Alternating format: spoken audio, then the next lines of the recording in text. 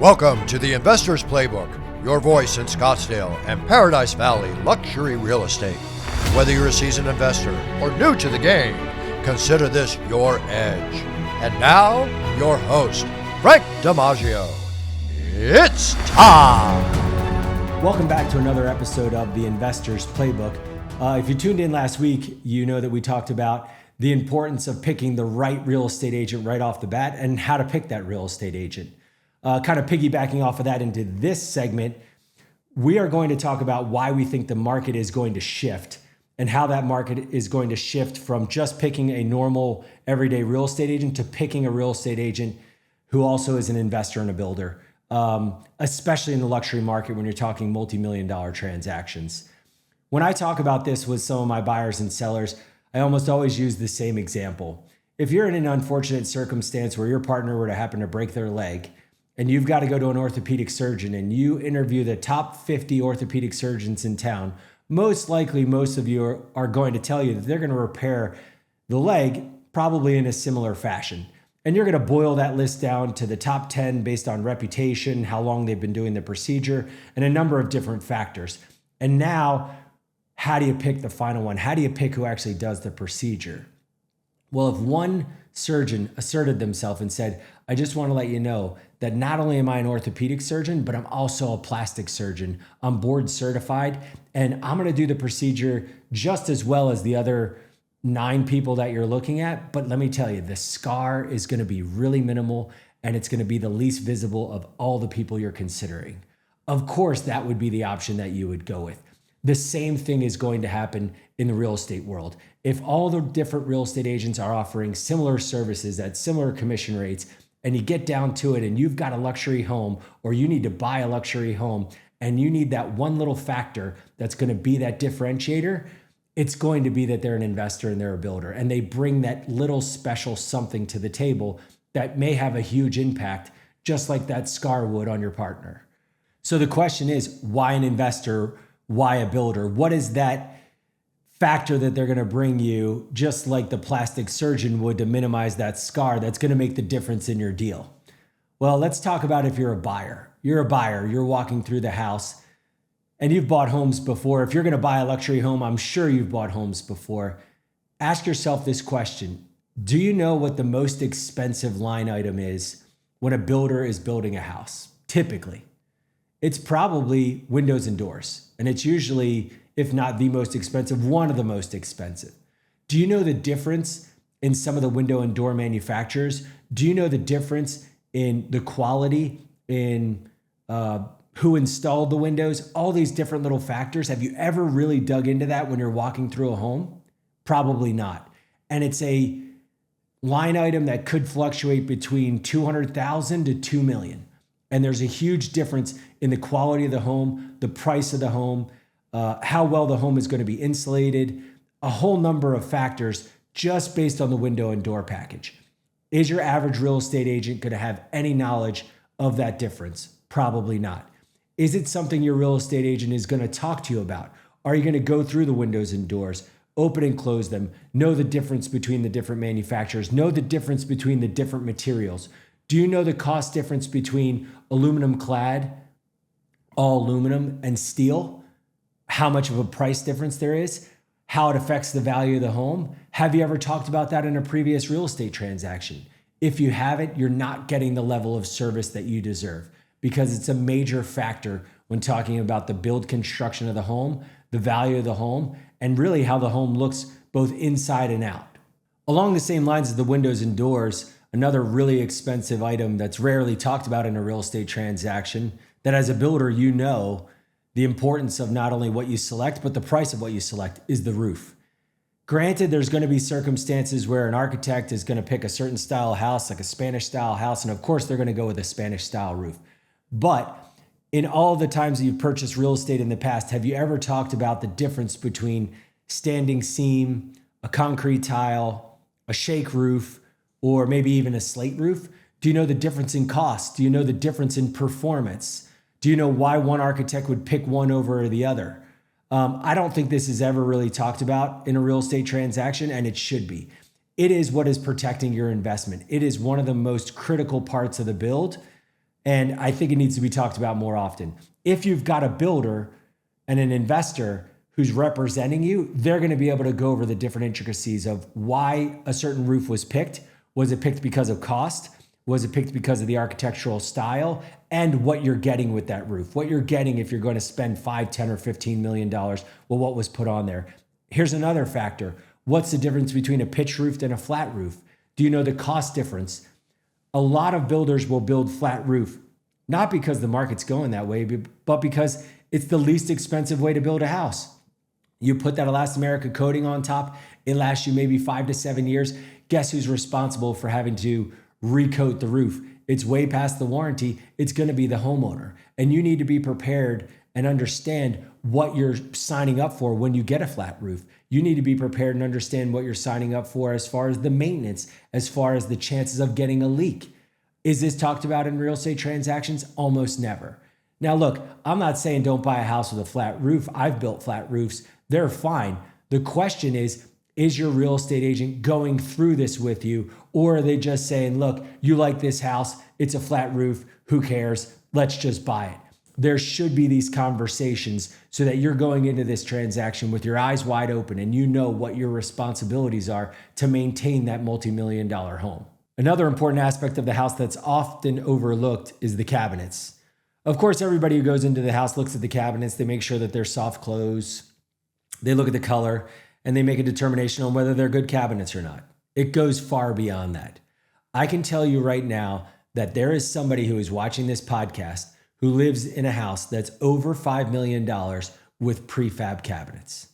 How do I know that? I've been in the house and I know that it's sold. Those cabinets were pre-made and then they figured out how to make them fit into the house. And it's not the quality of what you should expect in a house over $5 million. And that kind of leads me to not only the cabinets, but who builds the house that you're in? It's the subs.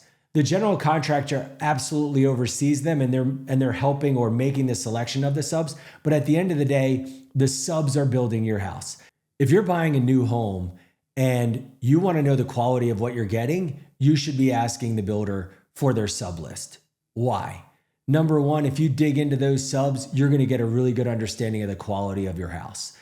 If they're on other multi-million-dollar houses and they haven't had issues and you know that they're working with big builders who have built big houses with big reputations, there's probably a good chance that your sub is a good sub. But if they've worked on tract homes in areas where the houses are not as expensive, if they've got a lot of ROC complaints and you don't really look into that, you could have a major problem. Here's another reason to have the sub list. What if you get sideways with your builder? What if your builder passes away? What if they retire? What if they move to another part of the country and you've got a problem with your home? Typically, the best solution is going to be to go back to the original sub. They were the ones that did the work. They should be standing behind the work. Plus, they know all the intimate details of the work that was done. If you've recently bought a new home and you don't have your sub list, were you represented to the best that you should have? Did you have the best agent representing you who dug into all the details of the windows, who dug into all the details of the cabinets, and who made sure that you had that sub list and knew who those subs were, so you had a really good understanding of the quality of the house that you were buying, and also protected you that if in the future you had an issue and you had to go back to them, that you knew how to get in touch with them? If not, you didn't get the adequate representation that you needed to make a multi-million-dollar investment into a new home in Paradise Valley in Scottsdale. We've talked a lot about why a builder is a key component to have in making a real estate transaction. Let's talk about why it's also important that they're an investor. I gave the example of the doctor and the plastic surgeon. I'm going to give you an example for the investor. If you've got what when I was young was called a stockbroker, now is a financial advisor, and they're advising you to put a certain amount of your wealth into the stock market, wouldn't a really quick and easy question to ask them be, well, how much of your net worth is invested into the stock market? And if they don't give you the right answer, is that really the right person? Do you really think they have the confidence in the information that they're giving you if they don't put their own money into the same investments, if they're not investing in the same place they're telling you to? Same thing when it comes to utilizing an investor to make a real estate transaction. I've already put millions of dollars into these markets. I've already gone through the early part of my career and made the mistakes and learned from those mistakes with my own money. I wasn't experimenting with somebody else's money, making mistakes, losing their money, and then saying, okay, well, now that I'm 10 years in. No, in the beginning, I was making my own investments. I knew that if I wanted to make a mistake, I wanted to make it with my own money. And then build my career and build up to the point that I really, really felt I was an expert before I started taking on other people's investment dollars and before I started to advise people on what to buy and sell. When you're an investor and you're investing your own money, the due diligence that you're doing, I think, is at the highest level. You're not going to put your own dollars at risk until you know every nuance of that deal because you want to protect your money.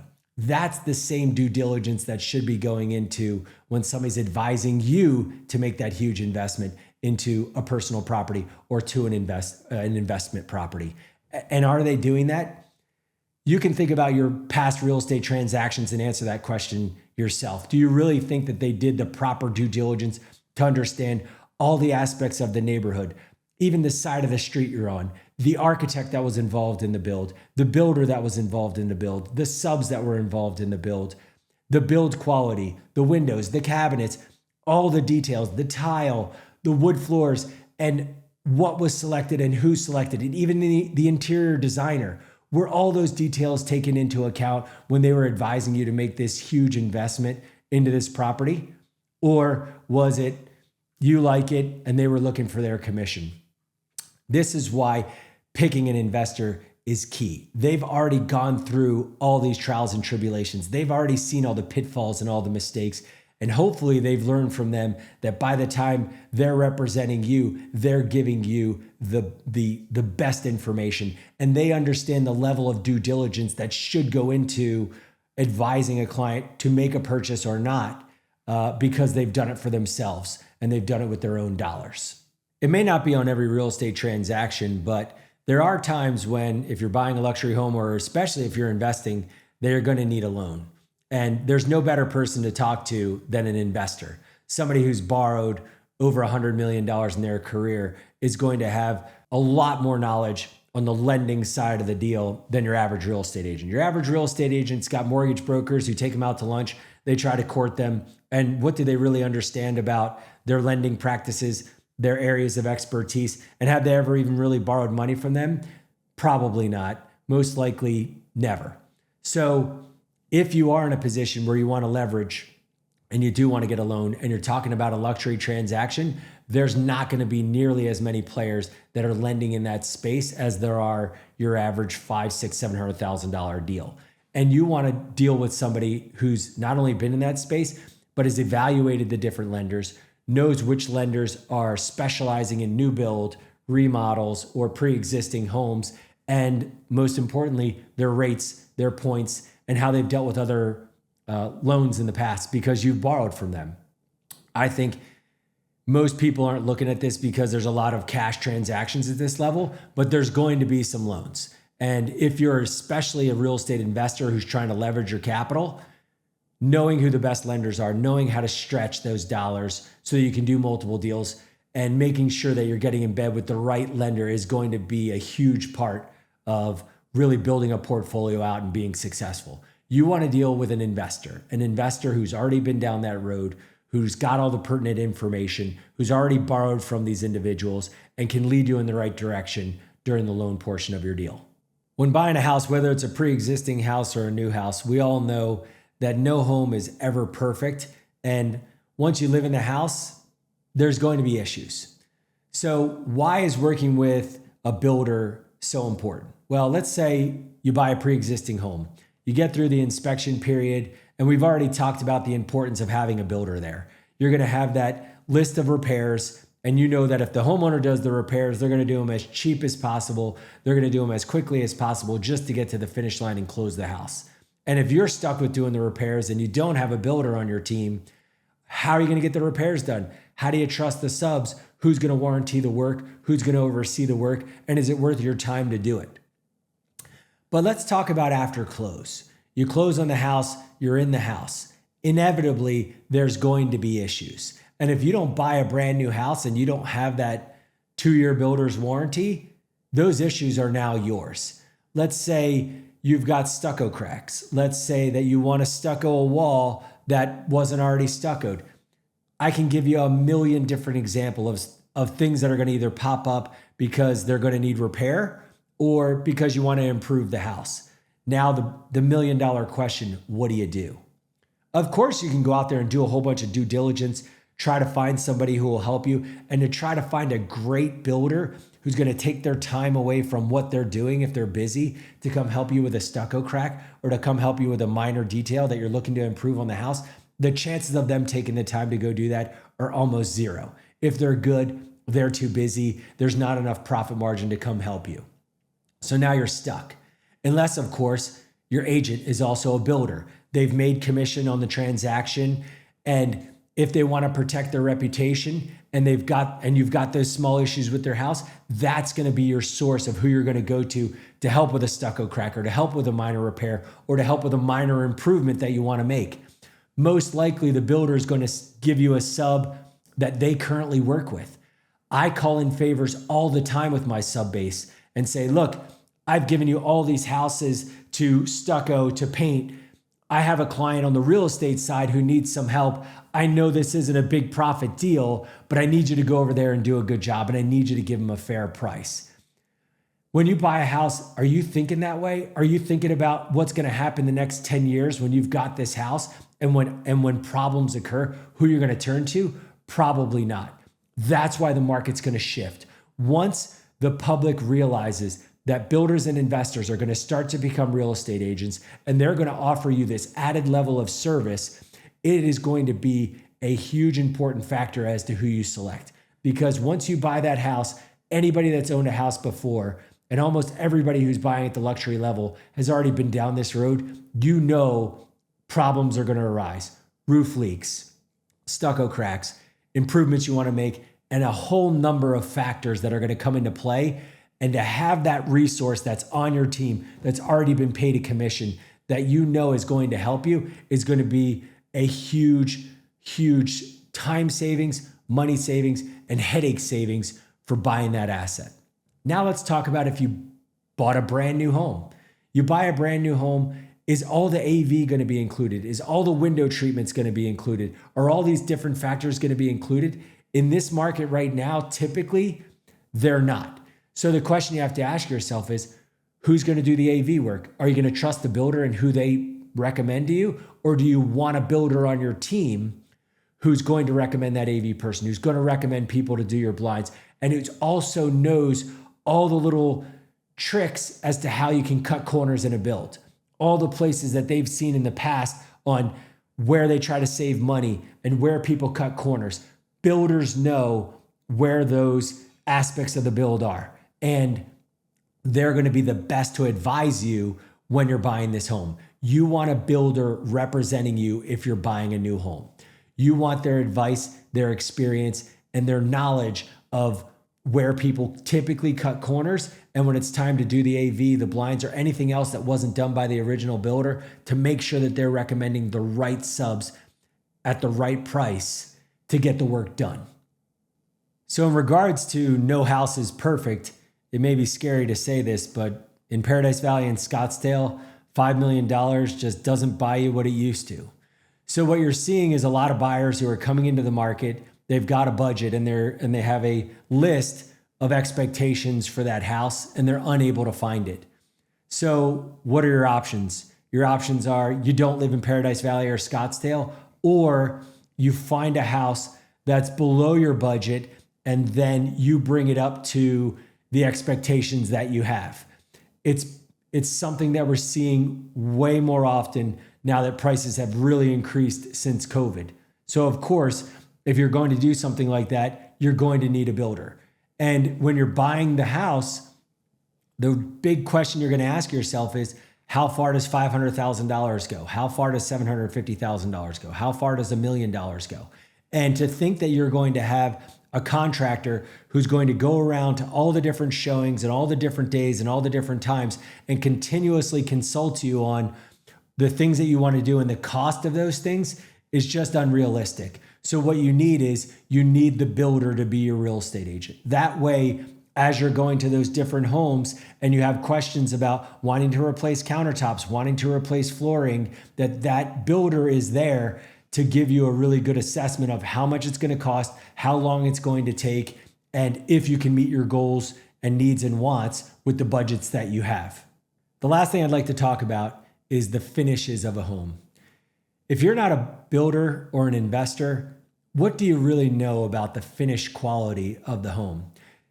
Have you and your real estate agent ever talked about the difference between Gaggenau and Sub-Zero, different wood flooring, Tabarca tile versus normal tile, the cost of T&G in a ceiling, and all the different aspects that go into the finishes of a home? Most likely you haven't. You've just walked through the home, you decided with your eyes whether you liked it or not, and never really dug into all those little details as to why one house might be 6 million and one house might be 8 million, and is it worth it or not? That's where somebody who's already made those purchases in the past numerous times and has already price evaluated different lighting packages, different light fixtures, the cost of T&G, the cost of a certain appliance package, and made the right decisions based on the quality and the price point of the home, that they can advise you correctly. Thanks for tuning into this episode of The Investor's Playbook. Remember, you can find us on all the major streaming platforms. Follow us on Instagram or TikTok. And remember, if you want that small scar that nobody sees, hire a real estate agent who's also an investor or a builder. They'll give you that added edge in your transaction. We'll see you next time.